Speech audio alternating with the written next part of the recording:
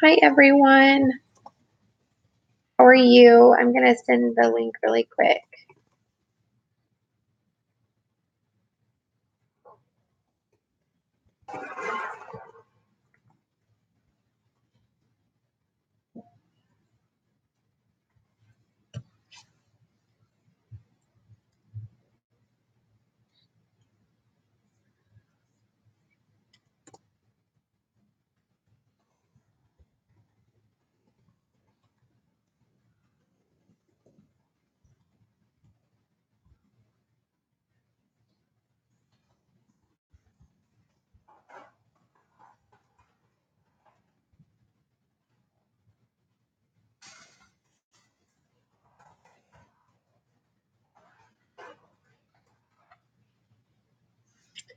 Hi there.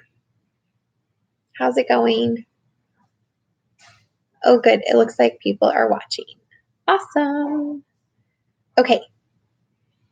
All right. I'm going to go ahead and start, and I'm going to showcase a few new titles that that weren't shown in the videos yet, and that I have in my stash, and I love them, and I'm super excited about them. And then we will go from there, and we'll talk about what's coming up in the next few posts, okay? So one of our another new titles is You Are a Star, and I apologize for the backward image. I have to flip that on my computer. This is a super cute story, inspiring for anybody that's a little one or elementary kid or middle school or high school. I think it'd be a super cute like little graduation gift with a note written inside. But it says, sometimes you can feel a bit lost. Try to find your own voice. And it's this little yellow snake, and he's trying to go about doing all of these other things and be there for others and appreciate those you love. And I just think it's a super, super sweet little story.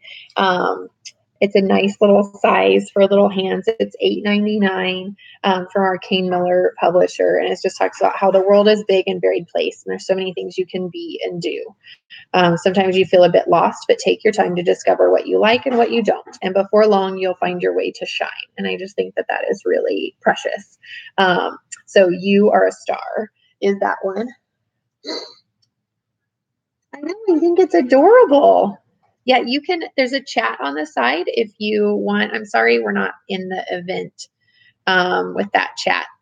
I created my link earlier today, and then it didn't like that it sat there all day, and it told me I didn't have a connection and that it had timed out, and it just froze on me, and it wouldn't let me do anything other than reload. And then it was like, boop, there goes your link. Okay, next up I wanted to share with you is Bully on the Bus. And this is a fantastic chapter book that is written in a form of poetry. And it's all about Leroy and how he's trying to combat the bully on the bus and what he needs to do about this. Did we fall the chat? Oh, like you made me small so you can chat back in Squee, or so you can chat in YouTube.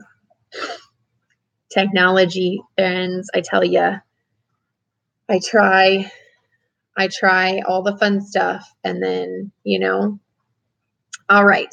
So Bully on the Bus, and I will just give you a quick little synopsis. But basically, Leroy is struggling with a bully on the bus. And so it talks about the bully. She's big, she's smart, she's mean, she's the bully on the bus. She picks on me and I don't like it, but I don't know how to make her stop. Okay, and then it goes through and it's written, like there's no illustrations, but you can totally get the imagery and everything that you're trying to establish in this situation with each poem. Okay, and just the way that they write out the pauses and the breaks and where that happens, it's totally like a little cliffhanger. And so like there's this part that's like Ruby's wedged against the window. She starts scrambling over legs and school bags, yelling, "You're a thief, DJ, give them back." I jump up and try to snatch the stickers. The bully flicks them higher. "Give them back," I shout, stretching, jumping, reaching. "They're my stickers. They're mine." "Sit in your seats," the driver thunders, glaring into the rearview mirror. Okay. And I feel like this would be a great book for any kid that's elementary all the way to high school.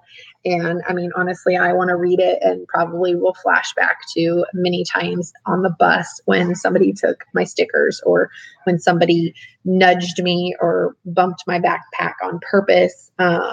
It's just one of those things in life, but I feel like this would be a really great read to work through those kinds of things.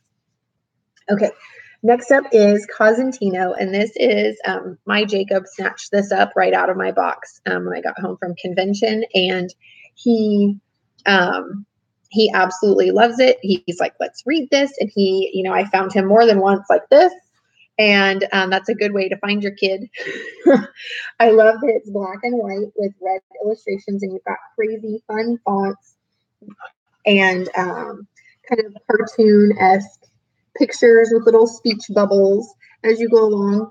And so Cosentino is an illusionist, and he lives in Coppertown, and it's illegal to use magic unless you live in Silver City and you're like the king card, right? So like a playing card. And so he ends up being captured because he's hiding someone from the king who was in trouble. And then he's, said that he's doing magic, and he says, "I'm not, I'm just doing illusions." And so there's lots of fun conversation about that. And he also shares tips in here about how to perform those illusions, which is kind of fun. And I know, like a magic kit, like a card kit, because they're illusions, not like magic, But one thing I really love about this is Cosentino, the person, and this is Cosentino, the book character. And he wrote this book because he wasn't super successful in school, and it stressed him out, and it was actually quite difficult for him. And so he wanted to write a book series that would be appealing to kiddos who were struggling with reading. And I think that is fantastic. So Cosentino is a great read, and definitely my Jack has picked it up. We already read it in like 3 nights. We couldn't just read a chapter a night.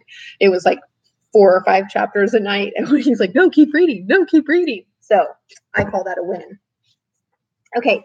Then next up, How the Camel Got His Hump. Okay. So How the Camel Got His Hump is a gorgeous picture book. It has a padded hardcover. It's $9.99 and has amazing illustrations inside. And it's basically a folk tale of how camels got their humps. And so it goes through, see, he doesn't have a hump. And it goes through, "Please, will you help me pull this heavy cart?" asked the ox. "It would be easier with 2 of us." Camel shook his head. "Humph," was his only reply. And so he keeps being asked, to do that. And it's like, the animals went to complain to the man. "That's not fair," they moaned. "Camel won't help." Okay. And so the animals looked at Camel lazing around doing nothing. I love that. And then there's a genie, and a magic genie comes, and the animals wish that Camel would change. I just think, right? So you have to guess where you think he got his hump from with all the I love that. So anyways, it's a super cute story with kind of that folktale moral of the story kind of thing. And it's just really precious. Okay. And then last but not least, I'm super excited about this one, Miss Molly's School of Manners. And I'm going to have to order my boys a new copy because this one is signed by Peter Osborne. And so I don't think I can allow children to touch it. I did that all the time as a teacher. I was like, "Oh no, you can't hold this one. This is just for Mrs. Case." So Miss Molly's School of Manners. This is the story of a little raccoon named Algernon. I love that name. And how the events of one strange bad day of how one strange day made his bad manners good. And so it goes through, and it's just the cutest. All these little people. Good morning, Miss Molly. Excuse me. Thank you. Please. This is not a slide. You might break something. No skateboards inside. You might hurt somebody. And so it's just really precious. There's a bad manners tapestry. And so it goes in the year 1066, an unruly mob sailed to a faraway land. There they argued about who should be king. So the Battle of Hastings broke out. Hastings, not Hastings. Think about that. That's really funny. At last, they agreed to take turns being king instead. And so it's just talking about, could good manners prevent a war, Miss Molly? Well, it doesn't try to hurt, or it doesn't hurt to try. And I just think that this is it's just so darn cute. And it's got all these little fun pictures with little bubbles and chatting happening to the side. And it's all about good manners. And so one could only hope that Algernon by the end ends up having good manners. So this is Miss Molly's School of Manners. It's a hardback book. It's $14.99. And each of those I just showed you is live on our website now. And back on Squee, they are in this post and you can star your favorites there. We have more to come about customer specials, hosting your own party, and what it's like to be a book lady.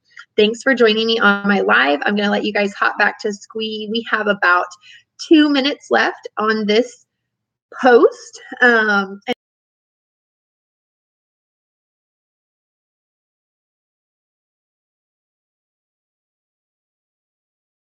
so much for joining me.